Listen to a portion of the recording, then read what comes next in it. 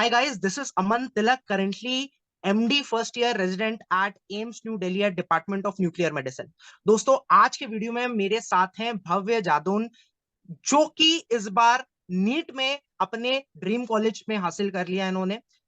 भव्य ने जो है interestingly he has taken 8 drops to clear NEET, but finally he has got his dream college. मैंने पूरा बड़ा सा वीडियो भव्य के साथ बनाया हो, कभी आपके पास टाइम होगा तो अच्छे से देखिएगा।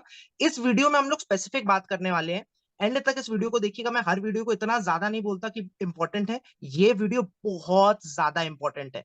अगर आप ड्रॉपर हो तो और भी ज्यादा इंपॉर्टेंट है, और अगर आप डॉक्टर बनना आपका ड्रीम है, बायोलॉजी आपका इंपॉर्टेंट सब्जेक्ट है, आपका फेवरेट सब्जेक्ट है, so there can be no video more important than this जो कि आप देखने वाले हो। माइंडेड आपको फॉलो करना पड़ेगा, तभी इस वीडियो को आगे देखना। इससे पहले कि हम लोग स्टार्ट करें, भव्य मैं बस एक चीज पूछना चाहूंगा। ये नीचे कमेंट्स आएंगे, सारे बच्चों के कमेंट्स आते हैं कि भव्य सर ने तो 8 साल बर्बाद कर दिए अपने लाइफ के, है ना। they'll start to compare कि फॉर एग्जांपल मैंने अपना फर्स्ट टाइम में आई क्रैक्ड माय एमबीबीएस, AIR 33 थे मेरा, AIIMS 2017। I cracked MD in the first time. 31 Jain को पिछले हफ्ते में मेरी इंटर्नशिप खत्म हुई, 1 फरवरी से आई ज्वाइंड एमडी।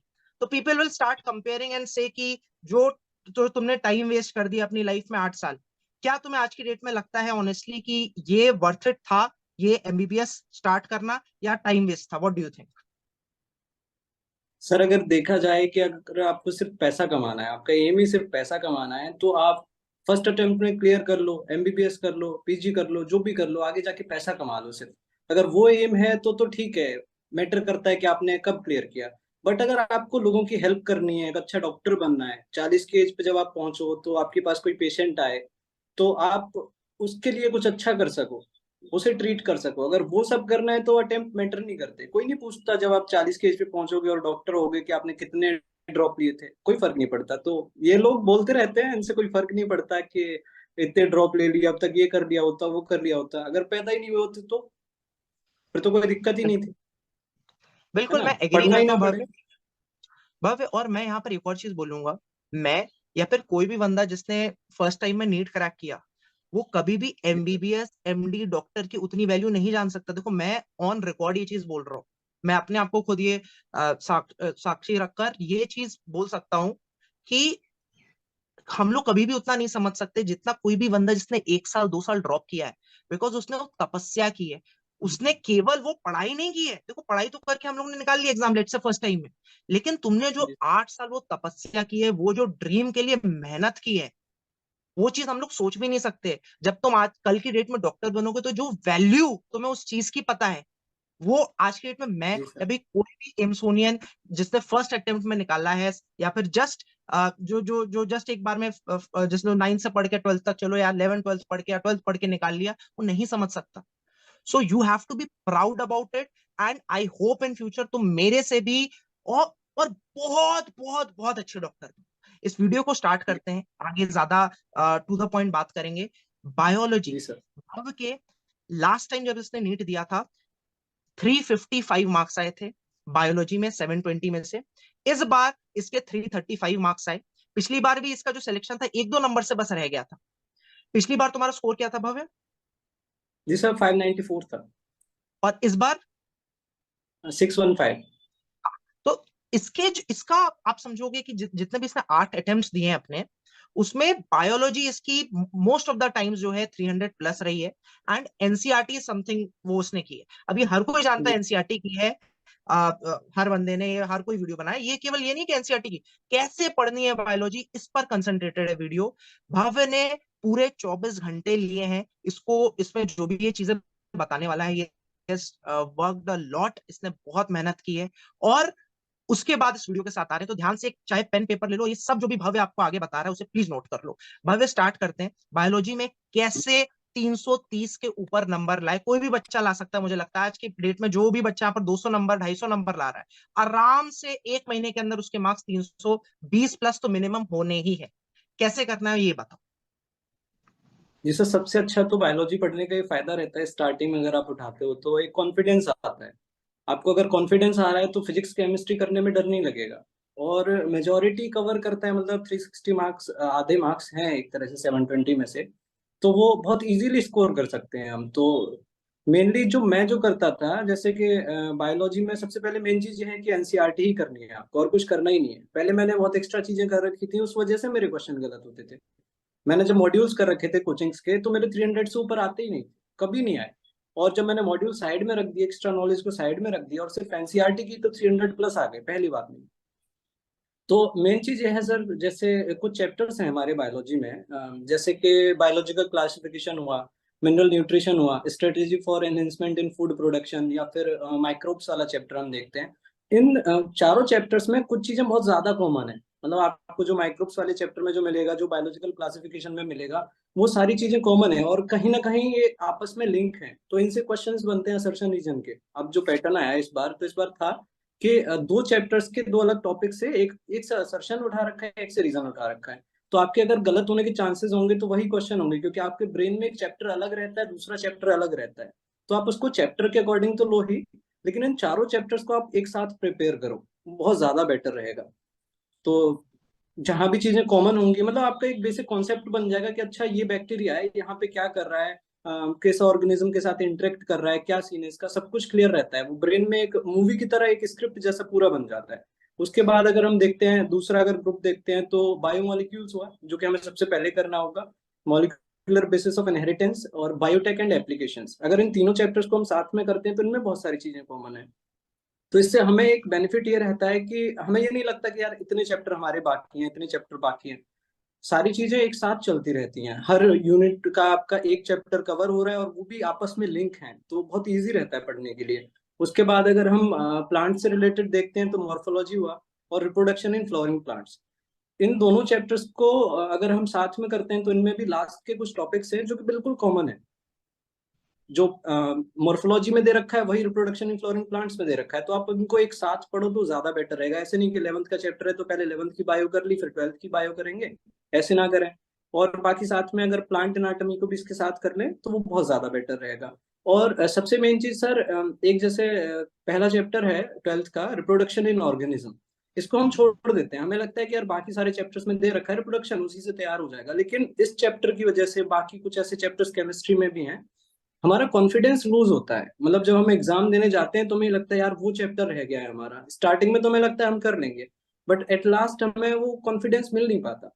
अगर ये चैप्टर हम साथ में लेके चले, इन्हें मतलब लाइटली ना लें, तो कॉन्फिडेंस रहता है कि हाँ यार 360 आ जाएंगे, हमने कुछ भी स्किप नहीं किया है। तो ये चैप्टर्स तो जरूर करने हैं, इनको तो 100% करना ही करना है।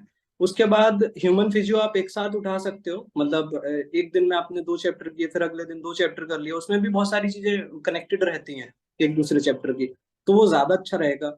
और प्लांट फिजियो नॉर्मली आप कर सकते हो वैसे ही, लेकिन मिनरल न्यूट्रिशन वाले चैप्टर को आप बायोलॉजिकल क्लासिफिकेशन और माइक्रोब्स इन ह्यूमन वेलफेयर इसके साथ करो तो वो ज्यादा बेटर रहेगा। और इकोलॉजी आपको कंप्लीट इकोलॉजी एक साथ ही करनी है। उसमें जितनी भी डेट्स वगैरह हैं, ये सारी चीजें आप जैसे एनसीईआरटी के साइड में जितनी भी जगह रहती है पेज पे खाली जगह, उसमें आप लिखते चलो साइड में, वो ज्यादा बेटर रहेगा। अभी तो टाइम है सर, मैंने 45 डेज में सारी चीजें की थी, अभी 90 डेज हैं, तो सब आराम से कर सकते हैं। अगर मैं कर सकता हूँ तो मुझे लगता है मेरे से ज्यादा पोटेंशियल वाले लोग हैं वो सब कर सकते हैं। मुझे अगर इतना टाइम लगा तो कहीं ना कहीं मैं गलतियां करता था, अगर मैं गलतियां करने के बाद भी अचीव कर सकता हूँ तो आप तो वैसे भी कर सकते हैं, आपके अगर 2-3 रॉक या कुछ है तो। और sir principle of inheritance and variation एक ही चैप्टर है, उसके साथ ह्यूमन हेल्थ एंड डिजीज, इन दोनों को हम अगर कंबाइन लेके चलते हैं तो इनमें बहुत सारी जैसे जेनेटिक डिसऑर्डर्स वगैरह, ये सारी डिजीजेस वगैरह हम एक साथ प्रिपेयर करें तो ज्यादा बेटर रहेगा। तो ये तो बात हुई सर चैप्टर्स की कि कौन से चैप्टर्स हम मतलब साथ में करें या फिर अलग सेपरेट करें। उसके बाद अगर हम देखते हैं कि हमें बायोलॉजी को प्रिपेयर कैसे करना है, मतलब स्टार्टिंग कहाँ से करनी है या फिर कितना टाइम देना है, तो मैं जो करता था या जो मुझे बेस्ट लगता था कि डेली सुबह उठ के, सबसे पहले हमें कॉन्फिडेंस चाहिए, तो सुबह उठ के मैं 2 चैप्टर बायोलॉजी के पढ़ता था। तो हमें 2 चैप्टर जैसे बायोलॉजी के एनसीईआरटी से पढ़ने हैं। टाइम लिमिट कुछ नहीं है, मतलब अगर आप कहते हो कि नहीं टाइम टेबल बनाओ ये कि इतने टाइम तक ही पढ़ना है, उतने टाइम तक ही पढ़ना है, तो ऐसे नहीं करना। आपको वो चीज अच्छे से करनी है तो करनी है, और ऐसा भी नहीं है कि आपने 4 घंटे लगा दिए एक चैप्टर में। एनसीईआरटी से ज्यादा 2 घंटे लगा सकते हो आप एक चैप्टर में, आराम से रीड कर सकते हैं। तो जैसे अगर मॉर्निंग में मैंने एनसीईआरटी से वो चैप्टर रीड किया, इवनिंग में मैं उसके क्वेश्चंस करता था। कुछ बच्चे जैसे होते हैं कि वो कहते हैं कि यार आज ही तो चैप्टर पढ़ा है, इवनिंग में क्वेश्चन तो सारे हो जाएंगे, 4 दिन बाद करके देखेंगे। 4 दिन बाद आप दोबारा करके देख लेना, आपको जो इंपॉर्टेंट चीजें मतलब आप फील कर पाओगे कि हाँ ये चीज इंपॉर्टेंट है, वो क्वेश्चन से ही पता चलेगा आपको। जब आप इवनिंग में क्वेश्चंस करोगे तो आपको इवनिंग में ही पता चल जाएगा कि मॉर्निंग में जो चैप्टर हमने पढ़ा था उसमें इंपॉर्टेंट क्या था। उसके बाद नेक्स्ट डे आपको वही सेम चीज रिपीट करनी है, लेकिन एक और चीज एक्स्ट्रा करनी है आपको। सेकेंड डे पे जो भी चैप्टर्स आपने पढ़े थे, 2 चैप्टर्स, उनको हैंडबुक या फिर एनसीआर जैसे एलन या डिफरेंट कोचिंग्स की अलग अलग हैंडबुक वगैरह जो भी सोर्सेज हैं बच्चों के पास पढ़ने के, उससे आप उसको रिवाइज करो। आपको छोड़ना नहीं है उसको कि कल पढ़ लिया था तो आज क्या रिवाइज करें, आज जरूर करो आप। सेम पैटर्न शाम के लिए फॉलो करने हैं आपको, इवनिंग में क्वेश्चंस करने हैं। कॉन्फिडेंस आपका बिल्डअप होगा कि कल 2 चैप्टर तैयार हो गए थे, आज वो रिवाइज भी हो गए, उनके क्वेश्चंस भी हो गए, अगले 2 चैप्टर भी तैयार हो गए। डे 3 पे आपको एनसीईआरटी बेस्ड क्वेश्चंस या कुछ उन्हीं चैप्टर से रिलेटेड जो डे 1 पे आपने किए थे, तीसरे दिन भी आपको या फिर एमटीजी दे सकते हो आप। जो भी बुक आपको अच्छी लग रही है, जो भी सोर्स से आप करना चाहते हो वो आप करो। तो आपको कम से कम 3 दिन तक उस चैप्टर को चलाना है। अगर आप 3 दिन तक उस चैप्टर को साथ लेके चलोगे, और इस चीज को अगर आप बायोलॉजी को 2 या 3 बार भी कर लेते हो इस पैटर्न में, रिवाइज आप कितनी भी बार कर लो, ठीक है, वो आपके पास टाइम जितना है ठीक है, बट आप 3 बार अगर इस चीज को कर लेते हो तो बायोलॉजी में मुझे नहीं लगता कुछ बचता है।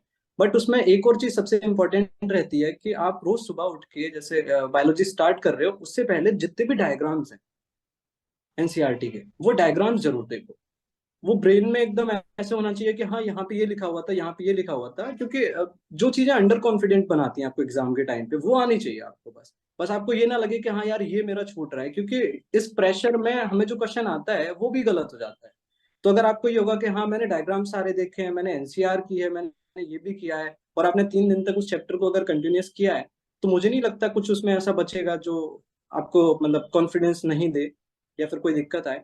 तो ये बहुत ज्यादा बेटर रहेगा। और मेन चीज ये है कि जैसे आप एनसीईआरटी पढ़ रहे हो, आपने एक चैप्टर उठाया, स्टार्ट किया, आप उस चैप्टर को रीड करो स्टार्टिंग से लास्ट तक। आपको कुछ नहीं करना उस टाइम पे, सिर्फ रीड करना है। उसके बाद आपने इवनिंग में क्वेश्चंस किए, क्वेश्चंस करने के बाद इवनिंग में आप फिर एनसीईआरटी को एक बार देख के, और उसमें जो इंपॉर्टेंट लाइंस हैं जैसे डीप लाइंस होती हैं, उनका कुछ अलग ही मतलब निकल रहा होता है। एनसीईआरटी की कुछ लाइंस होती हैं जैसी, उन लाइंस को आप साइड में जरूर लिख लो, और एक स्पेसिफिक कलर का पेन लो आप उसके लिए। मतलब वो कलर आप और कहीं यूज मत करो, क्योंकि लास्ट टाइम पे आपको वही चीजें देखने का टाइम मिलेगा। तो वो लाइन सीधे उठ के आएंगी एग्जाम में, तो उससे आपको कॉन्फिडेंस मिलेगा। आपकी जो लाइन आपने लिखी थी वो अगर आपको एग्जाम में दिख जाती है, और उससे अगला क्वेश्चन आपको अगर नहीं भी आता है तो भी वो आप कर सकते हो, इतना कॉन्फिडेंस आ जाता है। तो वो चीज रहती है। और बाकी टेस्ट पेपर्स का है सर, जैसे मैं क्या करता था, मेरी बायो तैयार थी, केमिस्ट्री तैयार थी, फिजिक्स मेरी मतलब प्रिपरेशन थोड़ा मतलब वीक ही चल रहा था, मैंने फिजिक्स अच्छे से की भी नहीं थी उस टाइम तक, और एग्जाम में 15-20 दिन बचे थे। बट मैं टेस्ट पेपर स्किप नहीं करता था, मुझे ये था कि जो भी मुझे आता है वो मैं टेस्ट पेपर में सॉल्व करके आ जाऊंगा, बाकी जो मार्क्स आएंगे देख लेंगे। कई बार तो ऐसा हुआ था कि मैं सिर्फ बायो का देखने के लिए कि बायो में मेरे कितने मार्क्स आएंगे, वो देखने के लिए मैं टेस्ट सीरीज के टेस्ट देने चला जाता था। 1 घंटे में जितना भी होता था मेरे से बायो का, वो सॉल्व करके घर पे आ जाता था। बाकी फिजिक्स के क्वेश्चन है वो सारे घर पे आके मैं देख लेता था क्या क्या क्वेश्चन आए थे, क्या क्या मुझे प्रिपेयर करना है। लेकिन मुझे बायो का पता रहता था कि मेरे 2 या 3 क्वेश्चन गलत हुए हैं बस, तो उस चीज से मुझे कॉन्फिडेंस मिलता, मैं पूरे दिन पढ़ता था कि भाई तो बायो का जैसे फुल मुझे सिलेबस लगता का है, पेपर है। बहुत जी बहुत सर। ध्यान से समझना, तुम्हारे अराउंड 615 मार्क्स हैं इस बार जिसपे तुम्हारा सिलेक्शन हो गया, और हर किसी के अगर 610 के ऊपर नंबर है तो आप सेफ जोन में हो, ये मैं चीज कहता हूँ, जी ठीक सर। है। जी सर। जी सर। अब 615 मार्क्स का मतलब होता है समवेयर क्लोज टू 85%, राइट। जी सर। ठीक है, जी उसको अगर सर। परसेंटेज में, परसेंटाइल नहीं दोस्तों, परसेंटेज की बात कर रहा हूँ। अब 85% में आप देखो कि biology versus chemistry versus physics की क्या स्कोरिंग है, तो इसके करीब इसके 335 मार्क्स आए बायोलॉजी में, केमिस्ट्री में 145 के अप्रोक्स, और फिजिक्स में 130 से 130। 135 के आसपास मार्क्स आए, है ना। ठीक है, अब आप इसको अगर परसेंटेज में कन्वर्ट कर लो तो बायोलॉजी में 335 बाई आप 360 कर लोगे, तो समवेयर आपका 90% से भी ऊपर हो जा रहा है, 92-93% जी हो सर। जा रहा है। और आपका जी फिजिक्स सर। केमिस्ट्री की बात कर लोगे तो वो समवेयर क्लोज टू 75% होगा, फिजिक्स तुम्हारा 70% के क्लोज होगा, है ना। तो जी सर। एग्रीगेट आपका जो है तब भी जो है that is coming close to, the aggregate is coming close to 85%, right? So that is something which you have to understand, my all the friends, right? है ना, कि आपकी अगर बायोलॉजी अच्छी है, 340 प्लस तो हर किसी के बच्चे आ सकते हैं, 320 तो कोई भी बंदा अभी भी नहीं पढ़ा ना तब भी आ सकते हैं, बहुत आराम आसान से। है। और at the end of this video में आपसे एक ही चीज बोलूंगा, ठीक है, अगर आप ड्रॉप कर रहे हो तो make this your last attempt, इतनी शिद्दत से मेहनत करो कि अगली बार आपको फिर से मेहनत करने की जरूरत ना पड़े, रिग्रेट ना हो कि आपने अच्छे से मेहनत नहीं की। इसने 8 बार ड्रॉप की है, लेकिन जब इसको इस बार जब लग गया था कि इस बार इसने कुछ नहीं छोड़ा, लास्ट के इसके पास 3-4 महीने बचे थे, इसने बिल्कुल जितना हो सकता था पूरा लगा दिया, उसको कोई रिग्रेट नहीं थी, सिलेक्शन ऑटोमेटिक मिल गया इसको। और लास्ट, इस वीडियो को खत्म करने से पहले बस मैं एक चीज बोलूंगा कि Bhavya has dropped, but I will say this on record, कल की डेट में भव्य बहुत अच्छा डॉक्टर बनने वाला है। मे बी मुझसे, मे बी बहुत सारे मेरे दोस्तों से, मे बी बहुत सारे एम्स के दोस्तों से मेरे, बहुत अच्छा डॉक्टर बनने वाला है। इसलिए नहीं क्योंकि ये कोई बहुत अच्छे, बहुत बहुत टॉप मेडिकल कॉलेज से पढ़ लिया, टॉप उससे, क्योंकि इसमें वो जज्बा है। जो चीजें नहीं आती होंगी उसके लिए, जिस जैसे इसने मेहनत की है पिछले 8 साल, वैसे ही आगे भी लगा रहेगा। कल को अगर कोई पेशेंट आता है इसके पास जो कि कोई प्रॉब्लम है, तो उस प्रॉब्लम को ये एक्चुअली समझेगा। जो पेशेंट की प्रॉब्लम है, केवल वो इसके लिए वो पेन और पेपर पे वो चीज नहीं होगी, वो एक्चुअल चीज होगी, है ना। तो this is something which you have to understand कि कोई प्रॉब्लम नहीं होती आज आज से 20 साल बाद, ठीक है। फॉर एग्जाम्पल चलो 5 साल का अगर गैप हो गया मान के चलो किसी भी बच्चे का, तो वो 45 का है वर्सेस दूसरा बंदा 40 साल का जो एक बार में निकाल लिया।